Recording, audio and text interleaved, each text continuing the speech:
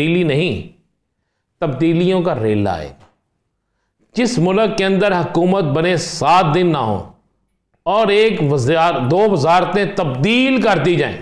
Gas company से आइंदा माली साल के लिए गैस 147% महंगी करने की इजाजत मांग ली है। सुई सदरन और नॉर्दर्न ने ओगरा में दरख्वास्त दायर कर दी है। वफाकी हुकूमत ने बैरून मुल्क दौरों के लिए पॉलिसी तैयार कर ली। वफाकी वज़रा के 1 साल में 3 से ज्यादा बैरून मुल्क दौरों पर पाबंदी हो गई। काले धन को सफेद होने से रोकेंगे, बिजली की चोरी हम रोकेंगे और GST को कम करेंगे, तालीम और सेहत का बजट बनाएंगे, पेट्रोलियम लेवी खत्म करेंगे। ये इस्लाहात हमारी हैं होम ग्रोन।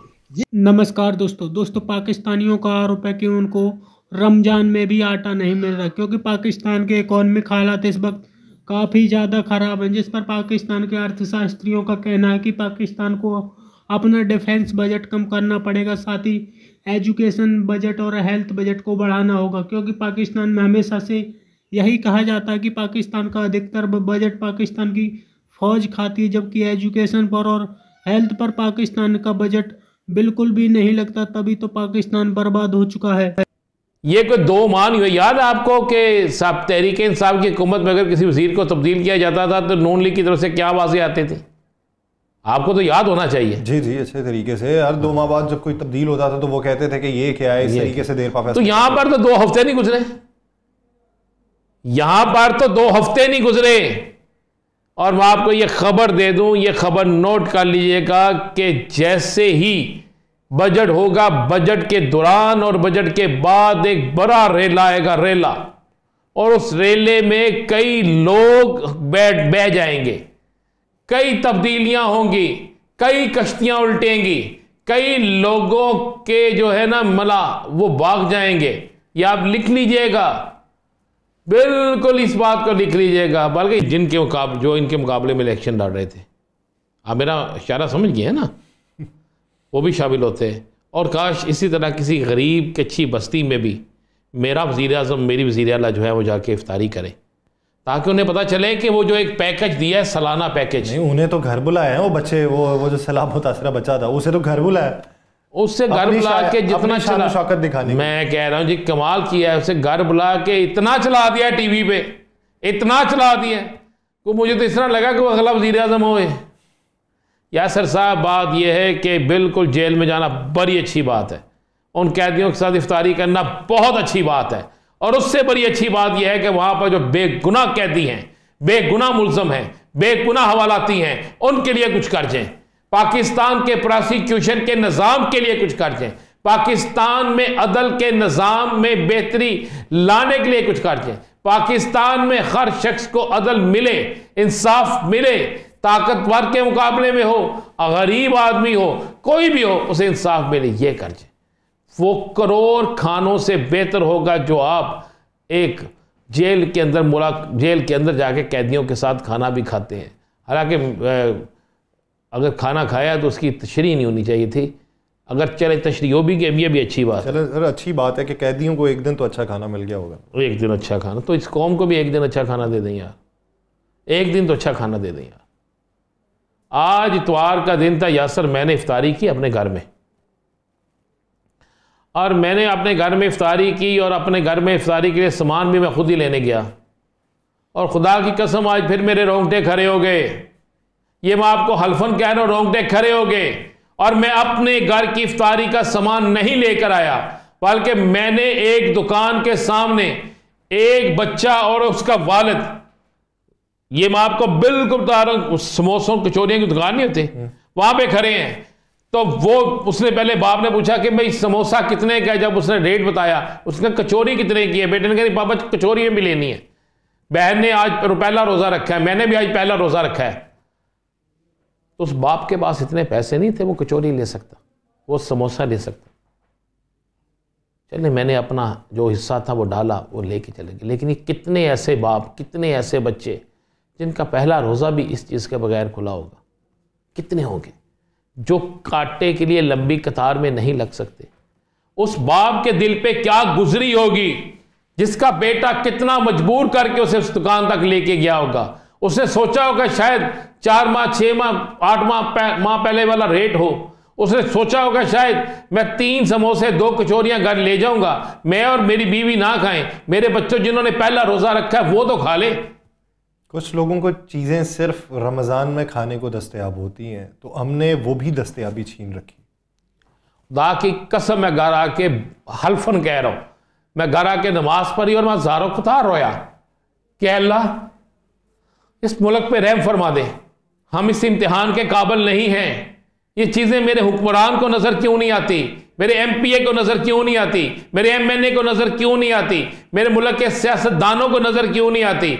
हाँ, एक चीज़ ज़रूर है कि आज शहर लाहौर के अंदर, कराची में, लाहौर में, फैसलाबाद में, हर शहर के अंदर मुहैयर हजरात ने दस्तरखान बिछाए हुए हैं जहाँ पे लोग बैठते हैं, इफ्तारी करते हैं, लेकिन यासर बहुत से सफ़ेद पोश ऐसे हैं जो नहीं बैठ सकते वहाँ पे। लेकिन आपने दस्तरखानों में कमी देखी या इजाफा देखा?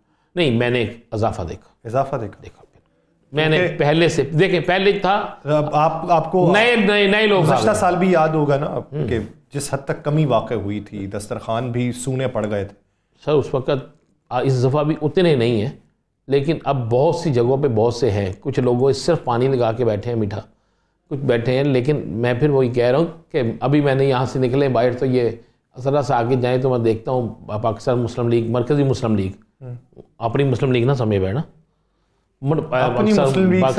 पाकिस्तान मरकज़ी मुस्लिम लीग जो है उन्होंने कुर्सियाँ चेयर्स रखी हुई हैं, बड़ी अच्छी सहरी की इफ्तारी कराते हैं। ये करेंगे तो फिर IMF आपको कह नहीं सकता कि आप ये बिजली के दर बढ़ाएं, गैस के दर बढ़ाएं। वो IMF नहीं करेगा, हमें करनी है कि अब हमारे गिर्द घेरा तंग हो गया है, अब हमारे कर्जे इतने बढ़ गए हैं, अब हमारे पास बचने का रास्ता नहीं है। जितनी अय्याशी करनी थी कर ली, अब वो अब जो है ना लेवल है ना कुछ है।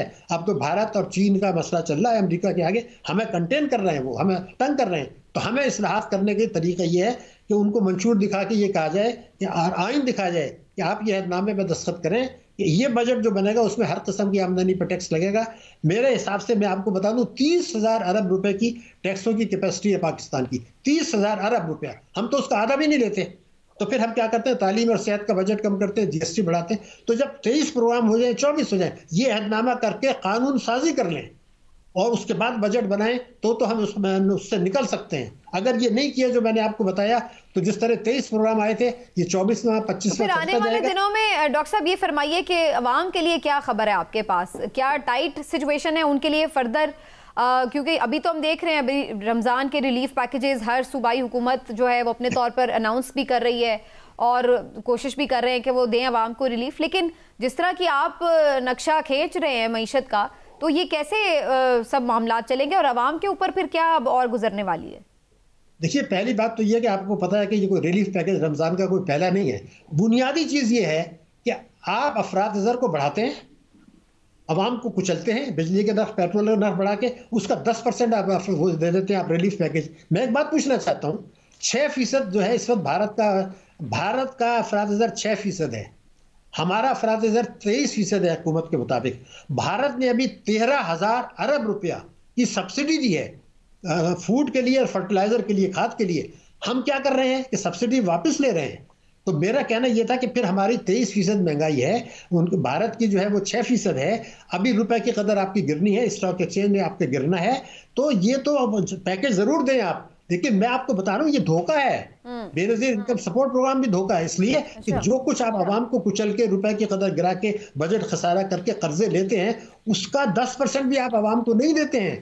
तो असल चीज है आपको कंट्रोल करना, अफराद ज़र तनख्वाह बढ़ाना कुछ नहीं होती। आप महंगाई को अगर वाकई 6-7% पर ले आए, तालीम का बजट बढ़ा दें, तनख्वाहें मत बढ़ाएं, सेहत का बजट बना दें, बच्चे को स्कूल हुकूमत तालीम दे, इलाज मुआवजा हुकूमत कराए, ये है आवाम का। वो करने के बजाय ये लीपा पोती की जाती है। ये नाकाम रहा है माजी में भी, अब भी नाकाम रहेगा। मैंने आपको रास्ता बता दिया। अगर आवाम को ये गलत फहमी है, मैं तो एक बहैसियत मुसलमान कहता हूँ कि अल्लाह ताला ने कुरान में ये कहा है, अल्लाह ताला उस कौम की हालत नहीं बदलता जो अपनी हालत नहीं बदलती। यानी लीडर नहीं बदलेंगे, ये धोखा है, लीडर नहीं बदलेंगे।